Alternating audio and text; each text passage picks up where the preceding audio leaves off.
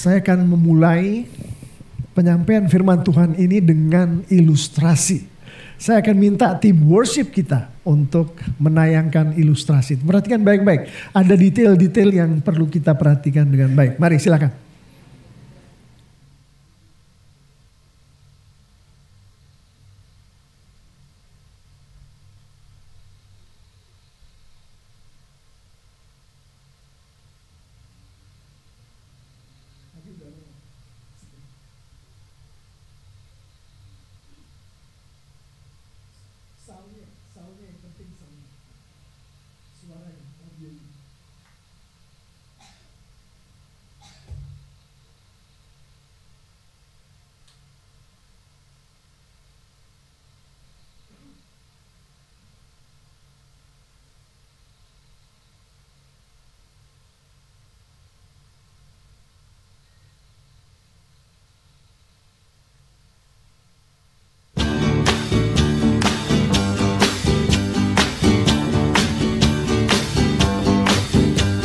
Sugar, oh honey, honey, you are my candy girl, and you got me wanting you, honey, oh sugar, sugar, you are my candy girl, and you got me wanting you. I just can't believe the loveliness of loving you. Oke, lucu ya, kelihatannya lucu ya. Yang kita lihat tadi, addiction, kecanduan, akhirnya akan membawa kita ke kuburan. Yang terlihat kuburan secara fisik. Sebetulnya yang terjadi pada saat kecanduan itu dimulai, kita sudah masuk ke dalam kuburan secara rohani. Coba kita pikirkan itu. Karena pada dasarnya kecanduan itu adalah seseorang melakukan sesuatu untuk memuaskan dirinya dengan cara mencari pemenuhan yang tadi udah kita lihat nih, berbagai pemenuhannya itu, kecuali Tuhan. Sedangkan Alkitab dengan jelas menunjukkan kepada kita, satu-satunya yang tadi juga kita nyanyikan, pengharapan, penghiburan, kekuatan datangnya hanya dari Tuhan. Amin. Yang kita lihat tadi adalah penyembahan, pemuliaan sesuatu yang bukan dari Tuhan. Itu adalah penyembahan berhala nomor 1. Nomor 2 adalah menduakan Tuhan. Dan firman Tuhan dengan jelas kalau kita baca perjanjian lama, hukumannya adalah mati. Secara rohani duluan, kemudian secara fisik. Dan kalau kita berpikir, oh itu tadi yang kelihatannya seperti itu tadi, itu adalah untuk narkoba, untuk obat-obatan terlarang, untuk minum-minuman keras. Tunggu dulu. Mari kita pikirkan di dalam kehidupan kita. Entah kita sendiri atau orang-orang yang kita kasihi, yang kita cintai dengan sepenuh hati di dalam kehidupan kita. Bagaimana dengan anak-anak kita? Apakah dia kecanduan game, kecanduan HP, kecanduan media sosial? Bagaimana dengan istri kita? Apakah dia kecanduan pergi ke toko untuk belanja barang-barang yang seharusnya tidak perlu dibelanjakan? Bagaimana dengan orang-orang yang kita cintai yang ada di dalam kehidupan kita? Apakah mereka kecanduan hal-hal yang sifatnya kenikmatan untuk diri mereka sendiri? Termasuk pergaulan bebas, termasuk seks bebas, termasuk judi. Kita pikirkan. Kalau kita lihat secara jujur ya di dalam kehidupan kita, tidak ada satupun di antara kita yang terlepas dari yang namanya kecanduan ini. Benar bukan? Bentuknya dari yang sangat subtle, sangat halus. Kecanduan kerja. untuk kepentingan keluarga. Sampai ke yang sangat berat. Kecanduan pornografi termasuk. Dan kita semua bisa relate, bisa menghubungkan diri kita dengan keadaan yang ada di sekitar kita. Mengenai kecanduan ini, dan Tuhan jelas-jelasan katakan, aku tidak berkenan akan hal itu, dan aku menghukum hal itu, dan hukumannya adalah berat. Jadi, untuk ini, mari kita bersama-sama memikirkan nih anggota keluarga kita sendiri, teman-teman dekat kita sendiri, dan cara kita memikirkan untuk kita memberkati orang-orang ini nih. Orang-orang yang kita cintai ini, keadaannya bagaimanapun juga, bukankah kita harus memberkati mereka, bukan? Gak ada yang jawab. Terlalu berat ya. Kadang orang-orang yang kecanduan seperti itu sampai keluarganya hancur. Keluarganya gak mau ya mendoakan. Itukah yang sedang kita tunjukkan? Kan bukan seperti itu. Kita mau mendoakan. Kita mau mengangkat orang-orang yang kita cintai ini. Oke. Saya ajak kita semua untuk bangkit berdiri. Kita akan mendoakan bersama-sama dengan Rasul Paulus. Ini dari Kolose 1 ayat 9 sampai ayat 12. Isinya adalah doa Rasul Paulus. Antara lain adalah untuk orang-orang yang kita cintai ini. Yang kebetulan sedang jatuh di dalam kesanduan, jatuh ke dalam hal-hal lain. Mari, silakan ditayangkan, kita akan bersama-sama berdoa. Kita membaca ini yang berikutnya. Ini dari Kolose 1, 9, 12. Ikuti saya. Ya Tuhan, hamba meminta supaya orang-orang yang ada di dalam kehidupan hamba, baik itu istri hamba, suami hamba, anak-anak hamba, orang-orang yang Engkau tempatkan di sekitar hamba, untuk menerima segala hikmat dan pengertian yang benar untuk mengetahui kehendak-Mu dengan sempurna. Sehingga hidup kekasih-kekasih kami ini layak di hadapan-Mu, serta berkenan kepadamu dalam segala hal.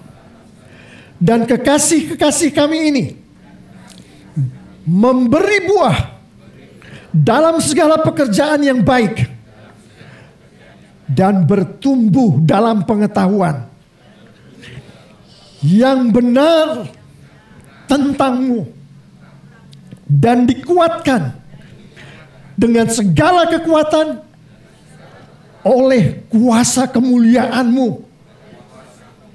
untuk menanggung segala sesuatu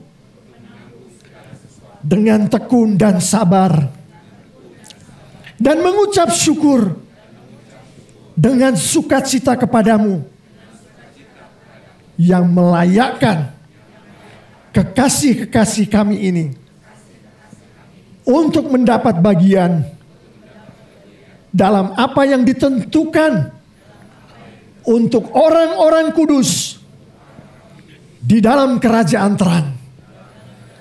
Di dalam nama Tuhan Yesus Kristus. Haleluya. Amin. Silakan duduk. Saya dengar kita semua mengamini, bukan? Oke. Itu doa yang diucapkan oleh Rasul Paulus. Di Kolose 1 ayat 9 sampai 12 kita baru saja mengimani, mengulanginya, mendoa, dan baru saja mengamini. Artinya apa Bapak Ibu Saudara-saudari yang sangat dikasihi oleh Tuhan Yesus? Setiap orang yang kita doakan ini, setiap orang yang didoakan oleh Rasul Paulus, di dalam konteks kita ini adalah anak-anak Tuhan. Di dalam kasus Rasul Paulus adalah yang ada di Kolose. Berdasarkan doa itu, anak-anak Tuhan ini, orang-orang yang kita kasihi ini adalah orang-orang yang layak di hadapan Tuhan. Adalah orang-orang yang dicintai oleh Tuhan. Adalah orang-orang yang adalah warga kerajaan Tuhan. Apakah yang sedang dilakukan oleh Rasul Paulus dan kita semua ini? Yang baru saja kita bersama-sama di dalam bentuk doa. Kita sedang mendoakan berkat-berkat Tuhan yang diberikan oleh Tuhan kepada jemaatnya. Apa itu berkat? Jati diri kita. Itulah jati diri kita. Itulah siapa kita. Seperti yang didoakan oleh Rasul Paulus. Seperti yang baru saja kita bersama-sama doakan. Di dalam ayat-ayat yang tadi kita katakan dalam bentuk doa. Dari ayat yang berapa tadi? Yang ke-9 sampai 12. Di dalam doa itu yang ada sebetulnya sedang membentuk jati diri kita di dalam pemikiran kita. Firman Tuhan katakan dengan jelas, engkau anak-anakku, aku berkatkan kepadamu. Poin-poin yang kita doakan tadi. Kalau kita lihat secara khusus itu ada 10 poin. Dan 10 poin yang kita doakan itu, kebanyakan dari kita berpikir bahwa saya dengan apa yang saya lakukan, maka poin-poin itu menjadi milik kita. Jati diri itu menjadi milik kita. Nanti kita akan lihat di salah satu ayat tadi bahwa bukan itulah sebetulnya yang terjadi. Pada saat seseorang berpikir dengan cara berpikir yang salah, jati diri yang sedang ditunjukkan ini oleh firman Tuhan akan kita semua meleset mereka, menangkapnya. Sehingga kalau saya bertanya sekarang ini kepada kita semua, apakah isi doa tadi yang ada 10 poin yang adalah jati diri kita, saya tidak sebutkan satu-satu karena terlalu banyak, tapi kita sudah doakan, adalah kita, adalah istri kita, adalah suami kita, adalah anak-anak kita, maka sebagian besar dari kita akan menjawab bukan. Belum seperti itu Pak Pendeta. Bahkan kalau pertanyaannya adalah, kalau Anda gimana? Sebagai suami. Kalau Anda bagaimana sebagai istri? Itukah jati diri Anda? Rata-rata jawabannya adalah bukan atau belum. Iya kan? Rata-rata seperti itu. Gak ada yang dapat 10 poin itu dengan sempurna. Bukan atau belum. Pertanyaannya adalah kenapa bisa bukan atau belum? Kita sadar gak? Melalui doa tadi, firman Tuhan katakan kepada kita 10 poin jati diri tadi adalah milik kamu. Milik saya, milik istri saya, milik kita semua yang adalah anak-anak Tuhan di TLCC. Kenapa sampai bisa tidak mengimani, tidak meyakini? Sayalah orang yang dimaksud oleh firman Tuhan itu sebagai orang yang layak di hadapan Tuhan. Sayalah orang yang anggota kerajaan Tuhan. Itu saya, itu jati diri saya. Gimana bisa kita tidak bisa mengakui itu dengan 100% kepastian? Salah satu jawabannya ada di Kolose 1 ayat 12. Kolose 1 ayat 12 di situ dikatakan dengan jelas. Bapa yang melayakkan kamu untuk mendapat bagian dalam apa yang ditentukan untuk orang-orang kudus. Apa yang ditentukan untuk orang-orang kudus adalah 10 poin tadi. 10 poin tadi itu adalah yang ditentukan untuk orang-orang kudus antara lain.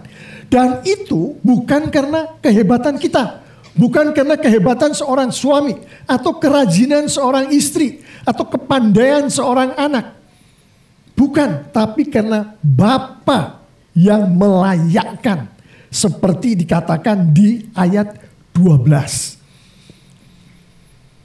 Bagaimana seseorang bisa kecanduan seperti tadi ilustrasi yang kita lihat bersama. Bagaimana mereka seperti itu, bisa sampai seperti itu. Kenapa istri kita bisa kecanduan belanja? Kenapa anak-anak kita bisa kecanduan main HP? Kenapa si suami kita kecanduan untuk pergi ke bar? Kenapa itu bisa terjadi? Karena jati diri mereka itu tidak mereka imani adalah seperti yang barusan kita doakan bersama. Tidak mungkin seseorang yang memiliki jati diri seperti yang dikatakan oleh firman Tuhan ini, tidak mungkin dia pergi ke bar sampai kecanduan. Gak mungkin. Tidak mungkin dia akan ketagihan belanja. Beli barang-barang yang gak diperlukan. Dan itu kompulsif, artinya dia beli karena memang dia kecanduan. Gak mungkin kalau dia mengimani bahwa jati diri dia adalah seperti yang dikatakan oleh firman Tuhan. Saya ingin mendengar amin dulu dari kita. Jati diri kita adalah seperti yang dikatakan oleh firman Tuhan tadi, termasuk Kolose 1 ayat 9 sampai 12. Amin. Kita perlu tahu nih, bagaimana Tuhan memberkatkan kepada kita jati diri itu. Mari kita belajar. Itu ada di ayat mas kita hari ini. Kolose 1 ayat 13 sampai 14. Saya ulangi lagi. Saya baca yang tadi saya sudah bacakan di dalam doa. Ia, Tuhan Yesus, telah melepaskan kita dari kuasa kegelapan dan memindahkan kita ke dalam kerajaan anaknya yang kekasih. Yaitu kerajaan Tuhan Yesus ya. Di dalam Dia kita memiliki penebusan kita, yaitu pengampunan dosa. Ia di sini ketritunggalan Allah adalah Allah Bapa di surga dan Tuhan Yesus juga bisa. Nah, kalau kita melihat ini, dua ayat ini yang sebetulnya firman Tuhan katakan adalah ini yang Tuhan lakukan ini untuk memberkatkan jati diri itu ke dalam kita. Sebelum kita semua berada di dalam Dia, di dalam Kristus, kita berada di bawah kuasa kegelapan. Kita hidup di dalam dosa. Kita tidak layak. Itu poin pertama yang disampaikan oleh firman Tuhan itu. Nah, lalu dengan pekerjaan Roh Kudus yang dilakukan oleh Tuhan kita ke kita semua, kita berada di dalam Tuhan, maka kita memiliki penebusan dosa kita yang diberikan oleh Tuhan untuk kita. Dan pada saat kita berada di dalam Kristus, dosa-dosa kita diampuni oleh Tuhan. Selanjutnya dosa-dosa kita diampuni, kita dilepaskan dari kuasa kegelapan dan kemudian dipindahkan ke dalam kuasa Kristus, berada di dalam kerajaan Kristus. Dan begitulah Tuhan melayakkan kita. Begitulah Tuhan memberikan identitas kita yang kalau Alkitab katakan adalah sebagai manusia baru, yaitu identitas di dalam Kristus.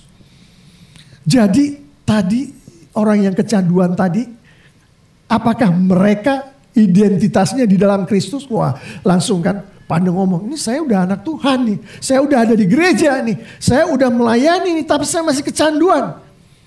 Apakah yang dikatakan oleh firman Tuhan ini mengatakan kepada kita, saya masih belum, identitas saya belum di dalam Kristus? Mari kita lihat, seperti apa sih firman Tuhan katakan mengenai ini selengkapnya. Di dalam hal kecanduan ini, jadi jangan kita yang udah anak Tuhan terus masih kecanduan, keluar dari ruangan ini. Jangan dulu, dengerin dulu Tuhan bilang apa. Kita belajar dari Rasul Paulus bahwa ada dua macam manusia nih. Yang satu adalah manusia duniawi, yang satu manusia rohani. Manusia duniawi udah jelas. Dia tidak punya itu yang namanya identitas atau jati diri yang kita doakan bersama tadi. Jati diri yang adalah di dalam Kristus, manusia duniawi tidak punya. Artinya apa? Artinya dia belum layak di hadapan Tuhan. Artinya apa? Artinya dia belum menjadi anggota kerajaan surga. Belum. Itu manusia duniawi. Bagaimana dengan orang-orang seperti ini? Kita doakan. Kita yang sudah rohani. Maksudnya masuk di dalam kerajaan Tuhan. Kita jangkau. Ya kan? Terus kita beri kesaksian akan Kristus. Kita lakukan itu. Ada manusia jenis kedua nih. Yaitu manusia yang disebut oleh Rasul Paulus sebagai manusia rohani. Artinya sudah di dalam Kristus. Tapi tingkah lakunya masih keduniawian. Jadi istri kita kalau kita melihat sama-sama dengan kita nih pergi ke gereja. Sama-sama melayani nih. Ngajar di sekolah minggu. Tapi dia masih gak bisa melepaskan kebiasaan-kebiasaan yang menurut firman Tuhan adalah seharusnya tidak lakukan. Kita berpikirnya pakai jalur yang ini. Dia sudah rohani. Bukan hanya ke istri ya, suami juga, anak juga. Dia sudah rohani. Tapi masih ke duniawian. Nah kalau kita melihat hal seperti itu, mengalami hal itu seperti itu terjadi di dalam kehidupan kita. Tentunya kan kita akan sulit sekali kan mengatakan entah kepada istri kita atau diri kita sendiri, dia ini sebetulnya layak gak sih di hadapan Tuhan? Kenapa dia setiap Jumat malam selalu pergi ke bar minum-minum sampai mabok, padahal dia melayani di gereja? Sebetulnya dia ini layak atau enggak? Kan ada pertanyaan-pertanyaan seperti itu. Memang benar. Memang benar. Pertanyaan itu benar. Tanda tanya kan. Semua itu jadi tanda tanya. Jati dirinya di dalam Kristus atau bukan? Kan tanda tanya. Firman Tuhan katakan, jati diri orang-orang yang sudah selamat, meskipun dia melakukan hal-hal yang tadi itu, yang menurut firman Tuhan harusnya tidak dilakukan. Bukan berarti dia nggak selamat, bukan berarti dia lepas keselamatannya, bukan. Tapi dia sedang mengalami episode di mana dia bertingkah atau berperilaku keduniawian. Jelas kan? Orang-orang yang kita cintai, bukan? Lalu bagaimana menurut firman Tuhan nih? Untuk supaya orang-orang seperti itu yang kita cintai ini, yang melakukan hal-hal yang keduniawian tadi, supaya dilepaskan oleh Tuhan dari tingkah laku yang seperti itu. Mari kita lihat firman Tuhan katakan apa. Tadi dikatakan bahwa yang melepaskan kita dari dosa itu adalah, atau dengan kata lain, yang melayakkan kita, yang membuat kita itu, oh ini adalah anak Tuhan, oh ini adalah orang-orang yang dicintai oleh Tuhan, bukan kita sendiri. Tapi karena Bapa di surga melalui Roh Kudusnya atas pengorbanan Kristus melayakkan kita. Nah, jadi jalurnya gimana ini? Supaya orang-orang yang kita cintai ini jangan lagi pergi ke bar hari Jumat sampai mabok. Jangan lagi belanja yang gak perlu. Jangan lagi kecanduan HP sampai ke titik di mana gak peduli apa-apa lagi. Saya tahu salah satu murid ya katakan begitu, saya one on one dengan yang bersangkutan. Itu HP adalah bagian penting dari kehidupannya. Bahkan bisa sampai 8-9 jam di HP. Sembunyi-sembunyi. Orang tuanya gak tahu. Bagaimana supaya itu tidak terjadi di dalam kehidupan? Kita sudah memulainya, Bapak Ibu, saudara-saudari, adik-adik yang sangat dikasihi oleh Tuhan Yesus. Kita sudah berdoa bersama-sama tadi, bukan? Kita memikirkan orang-orang yang kita kasih, bukan di dalam doa. Kolose 1 ayat 9-12, itu awalnya. Kita doakan dan kita sudah memulainya. Kita terus doakan dan kita terus doakan. Step 1. Melalui doa itu, kita berinteraksi dengan yang bersangkutan. Di atas doa ya, gak bisa langsung berinteraksi. Kita berinteraksi dengan yang bersangkutan sedemikian rupa, sehingga yang bersangkutan atas doa, di atas firman Tuhan dengan kekuatan Roh Kudus, bisa melihat diri mereka dengan jelas. Bahwa yang mereka lakukan itu bukan jati diri mereka. Oh, apa mungkin bisa terjadi seperti itu? Sangat mungkin. Saya termasuk salah satu di antaranya sebelum saya terima Tuhan Yesus. Jadi sangat mungkin kita semua bisa mengalami itu dengan kekuatan Roh Kudus. Kita doakan sehingga yang bersangkutan melihat dan dengan kekuatan Roh Kudus dia akan mengakui dosa-dosanya. Bukan hanya mengakui dosa-dosanya, yang bersangkutan akan berlutut bersimpuh di hadapan Tuhan dan memohon ampun atas dosa-dosanya. Dan setelah terjadi hal itu, mengakui dosa, berlutut di hadapan Tuhan memohon ampun, Tuhan akan kirimkan Roh Kudus pertobatan. Dan terjadilah pertobatan itu. Nah, kita mesti perhatikan nih. Saya punya paman nih. Dia hidup bebas sedemikian rupa sehingga kena AIDS. Tahu kan AIDS ya? HIV. Penyakit mematikan. Bahkan sampai hari ini katanya udah ada obatnya. Tapi tetap mematikan. Dia sudah mengakui dosa. Kami doakan. Mengakui dosa. Memohon ampun. Bersimpuh. Bertobat. Perhatikan. Hukuman itu tetap berjalan. Dosanya diampuni. Dia bertobat. Hukumannya tetap berjalan. Tapi hukuman yang berjalan itu bukan lagi dakwaan, bukan lagi kutukan untuk yang bersangkutan, tapi dia menjadi hukuman itu, menjadi berkat untuk yang bersangkutan, menumbuhkan yang bersangkutan. Jadi, tadi langkah yang sedang kita bicarakan ini sampai ke titik di mana kita menyaksikan sendiri Tuhan membuat yang bersangkutan bertobat dan tetap mengalami hukuman. Tetaplah doakan dan dorong yang bersangkutan ini. Karena itu adalah istri kita sendiri, suami kita sendiri, anak-anak kita sendiri. Tetap kita dorong mereka, tetap kita doakan dan katakan kepada mereka, Tuhan sedang membangun mereka melalui hukuman yang sedang Tuhan lakukan terhadap mereka. Sudah diampuni, tapi Tuhan sedang membangun. Dan yang akan terjadi, kita terus doakan suami, istri, anak-anak kita, orang-orang yang kita cintai ini. Roh Kudus akan membuat yang bersangkutan untuk menyerahkan diri kepada pekerjaan Roh Kudus. Amin. Sederhana. Sangat sederhana. Kuncinya adalah berserah diri kepada kekuatan Roh Kudus yang tengah bekerja. Saya akan menutup dengan ini.